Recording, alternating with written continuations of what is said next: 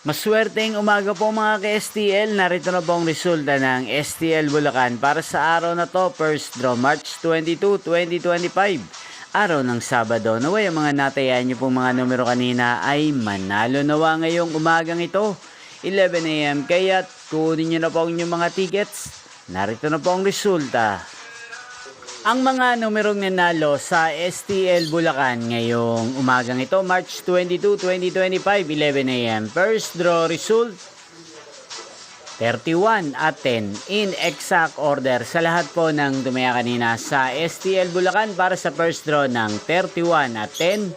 Congrats po sa inyo, panalo po kayo. Again, 31 at 10. At ngayong umagang ito sa STL Bulacan, natin pong i-shoutout si Ate Shannon ng Bulacan.